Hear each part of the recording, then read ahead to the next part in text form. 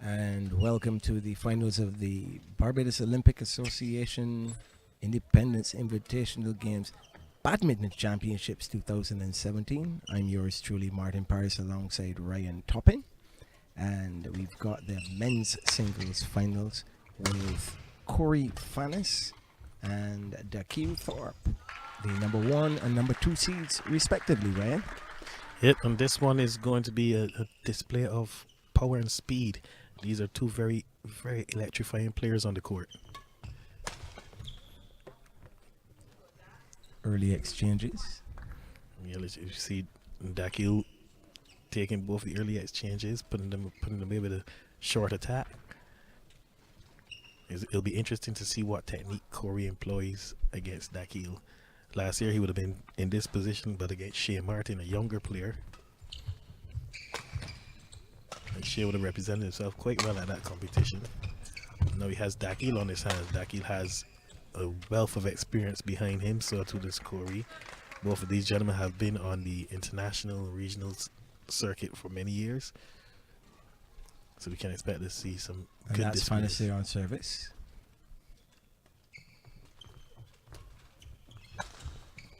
And there we have it. Raises the shuttle to the backhand, and when you expect with the ladies, you would have seen a clear or drop. Dakil brings a smash out of the backhand. So you know, as I said, this is going to be electrifying.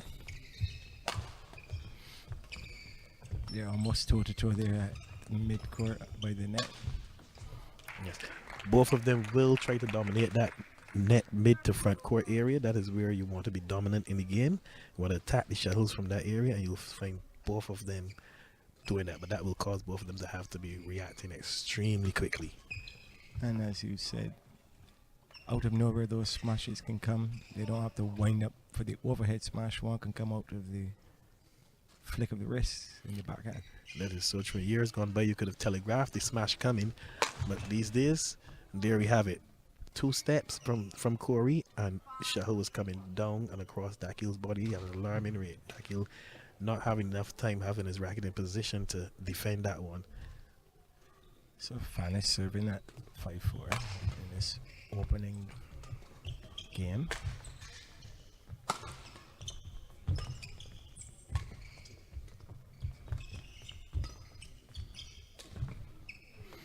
Ooh, Corey just miscuing that deceptive cross-court drop and falling short of the net.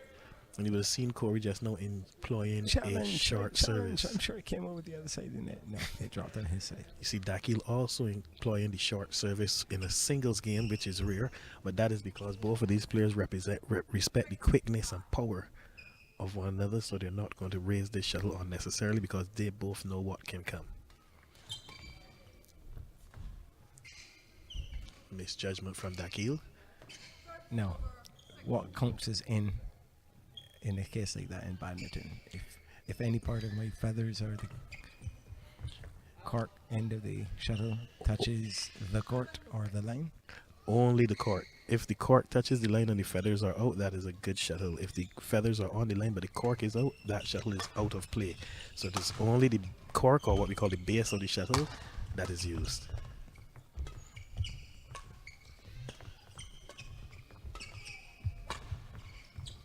Nice long rallies. Ooh. Oh. And there we saw Dakil testing Corey's backhand. He played drives, he played drops, he played smash. Corey was able to answer everyone, eventually winning with a lovely little drop to the net. But 14 points as it's 8-6 to Fannis over Thorpe, and already the life has been beaten out of that shuttlecock, and they've changed it. These two gentlemen will not play with it. There we have it again. The shuttle was fractionally high, and Dakil was on it in a second, playing it quickly down into the court. They will make one another pay for any mistakes.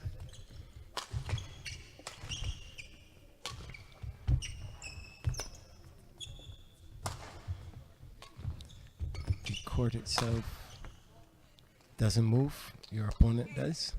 So once you have covered your angles, the execution of your shot, the height of the net doesn't change, the width or the length of the court doesn't change. Nope, you're still on a 20 by 44 feet court.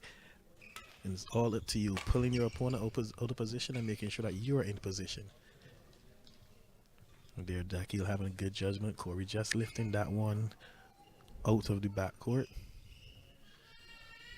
Score locked at 8-all.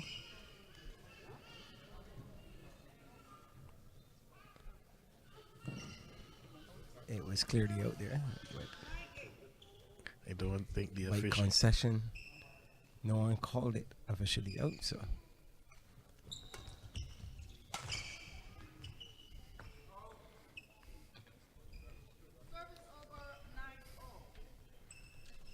it's level again at 9. Finest on service.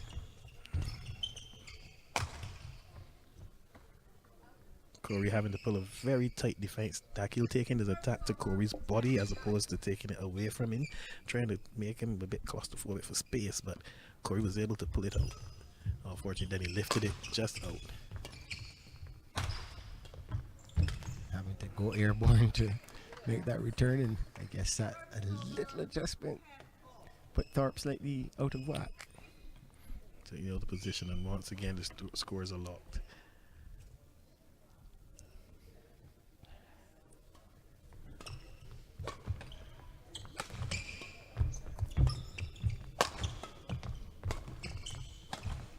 Ooh, Thorpe having to bend into a letter C to recover that one, and Corey making him pay. He had to form the letter C just to recover it. Corey recognized that he would have been out of position and quickly played the drop to the net. Thorpe not being able to recover quickly enough to retrieve the shuttle. And we go into the break with Fanis having a 1-point lead, 11-10. Well, will it be the lovely set of replays here now, where you see the difference in the attempted drop shot there by Fanis, keeping his eye right onto that birdie. Lovely body position for Corey, playing two out of his backhand and then And switching. he's not shadow playing. That's just the isolated shot of him in live action, trying to get the execution of the drop shots. Extension there by Thorpe, going slightly cross court and deep, and that was too long. Thorpe also making use of the replay technology there. It's interesting if we could have gotten it on the Jumbotron for everybody to see, to get a bit of coaching as we go back to live action now. And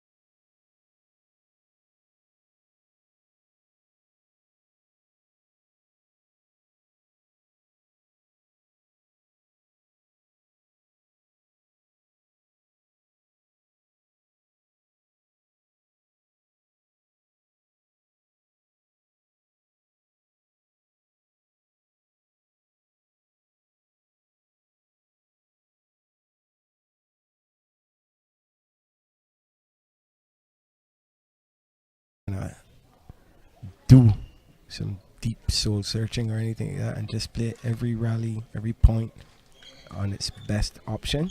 And that is From what the they should point- both be doing. From the point of view of, okay, he's expecting me to give a high service down into the backcourt, so I'm actually going to just drop it at the net.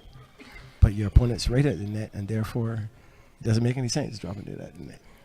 And as I said before, both having played one another numerous times, they both have one another well scouted. So it's also going to be a matter of remaining consistent in everything that they try to do. Once they can, whoever remains the more consistent in this one, I believe, will be the victor.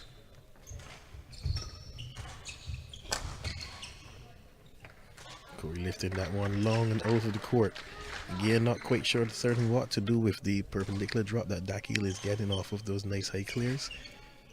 The comfort of a 2-love lead for Thorpe in this third game. Pouncing on it. Pouncing and sailing long yet Ooh. again.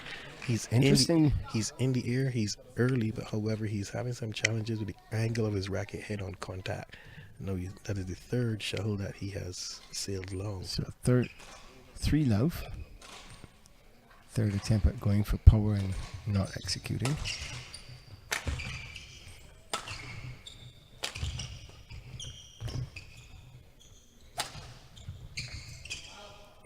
Dakil going for the deceptive slice. Just over his net, silly shuttle wide.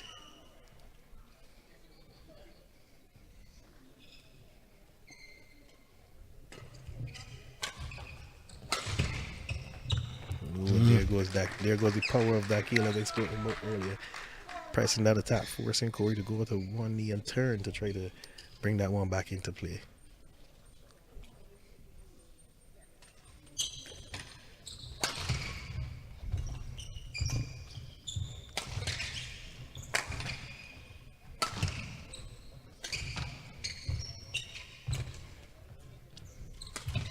And finally, Corey uses the height.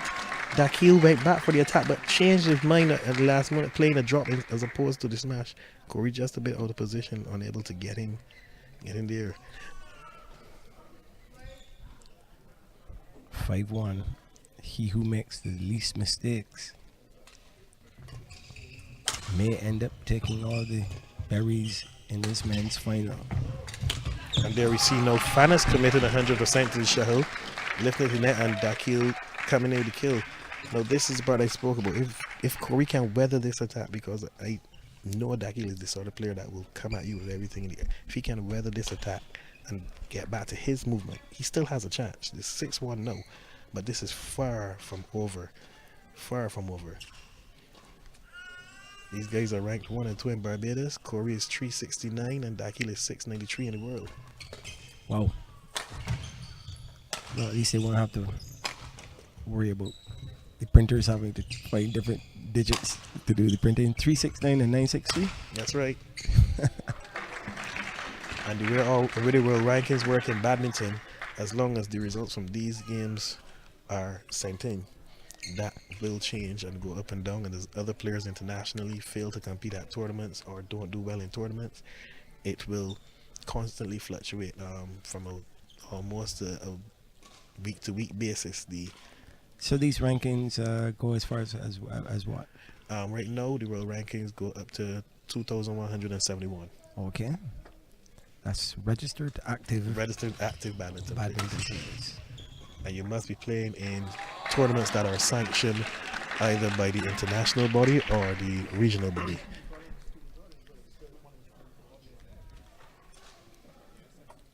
It serving 1.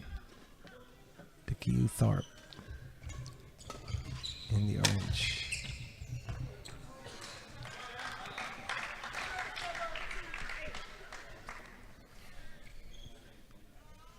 So Corey Fanas there in the blue and yellow on service, having to claw.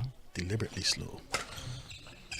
And there we have it. Dakil senses that Corey is off of his game slightly, and Corey attempted to slow it down, which was a very good tactical move from him, just trying to slow it down. Hopefully Daki will, but Daki not allowing it. Again, a short service, and Daki was onto it in a split second, putting it away. 9-2 up. Recovering from losing what would now be the middle game. Try a little finesse there. Finesse mixed with deception. He watched Dakil. He waited until the last possible moment to try to switch the shuttle on Dakil by dropping his wrist. But he waited a bit too long. Shuttle fell a bit too much to get into the net.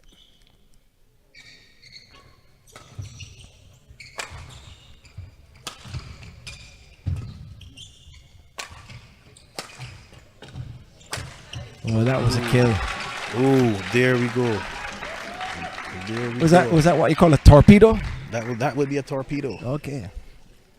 11-2. And Dakil get no.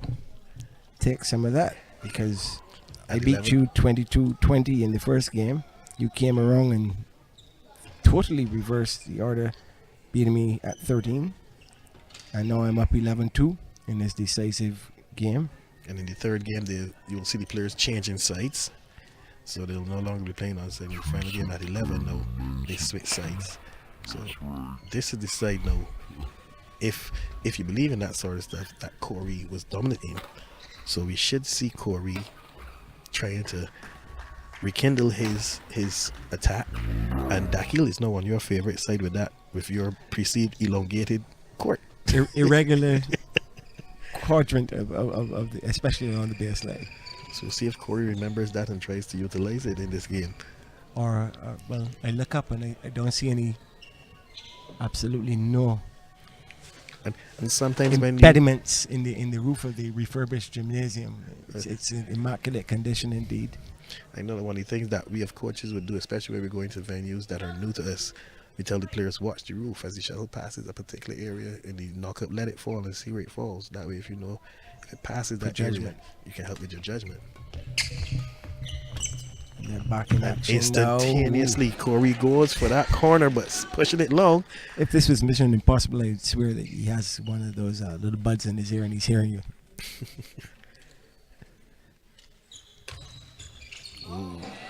Oh, again a push. No, you see, Corey is trying to step it up here. No, Corey is starting to move again. He is starting to pick it up. Down 13-2. Pushing the shuttle along. Unforced errors. It's not so much a degree of panic, but the necessity of being on the attack because you want to get yourself back into the game. He has to try to compose himself.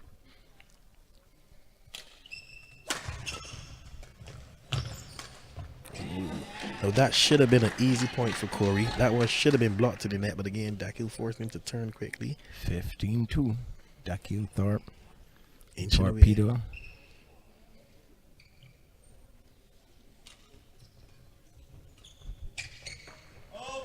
I would say at this point in time, at 3 serving 15, you're not inching away, that's footing away. But no one says footing away or miling away. Because that gap is tremendous. 12 points. There again, full commitment.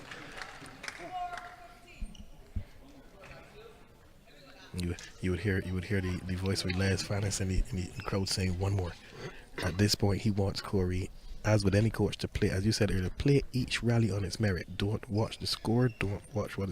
You only get 1 point at a time. And play each one on its merit. And he's good enough. He has the ability to pull this back. I know that Dakil has no intention of allowing him to do that easily. But once he sticks to task, he can do it. Dakil doesn't have anything else listed in the rest of the evening, but Corey has the mixed doubles finals in the final match of the schedule. So this is a good stretch out for him. Oh, and he went to your favorite corner, and that one was in. Have you seen both? 6-15 on service. And now Dakil seeing the easy openings, Corey out of position, but Dakil over hitting that one, and just like that, the score is 7-15. Yep, Dakil is not going to let that one get away. That was a sitter. And he just took defensive action, Corey, making sure he protected his upper body and kept low and put his racket up, hoping that he could at least protect any immediate damage from that torpedo.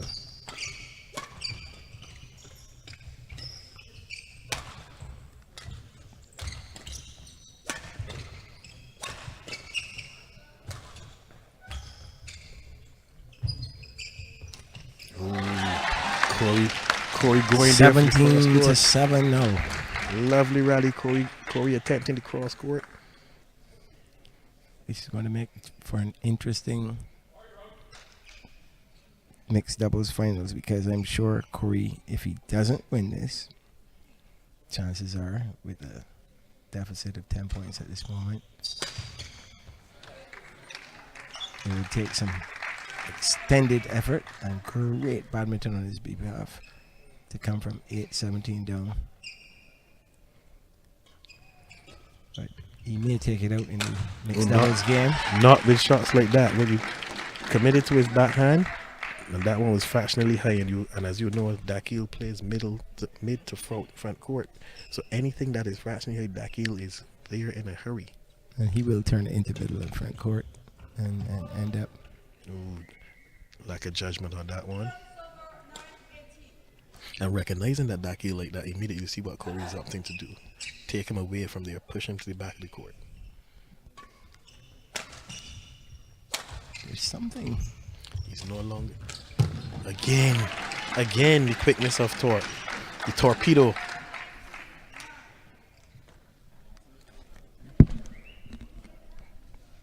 Have to be careful with the photography and make sure that no one gets lights into the player's eyes. Corey waiting too low. You know Dakil must be sensing that this could be it. 1 point away from becoming the winner of the Barbados Olympic Association Independence Invitational Games Badminton Championships 2017. He seals that one just a bit of nerves for Dakil, recognizing that how important this 1 point is, and he can win it off of Corey's serve as well, huh? And sending him back. 10-20 is the score. Waiting for that opening. Finding him on the ground and putting it away. And there taking it at 10. An excellent game contested by Dakil Torp and Corey Fanis Torp coming out on top in this one. As I said, I pretty much called this one for you. I knew that Dakil is the sort of player who, in these situations, he will throw the kitchen sink at you. If you can weather the kitchen sink, you may have a chance. And there we have, once again, at the end of the game, we see the two players just showing respect to one another. They also play doubles together. You know, they show one another that respect. Lunging there, and that was one of the earlier points where Fanis had to take evasive action. Then the error into the net, sending. And the quickness of thought right there. The quickness of thought. Anytime the shuttle is placed into that front court area, Torp is almost as though he knows it's going to be there before it knows, and he is ready. And that's a killer championship point there. Well, when we come back, we'll be watching the women's doubles final. Manyata Rivera and Tamisha Williams will be locking horns with Sherry Hope and Sabrina Scott.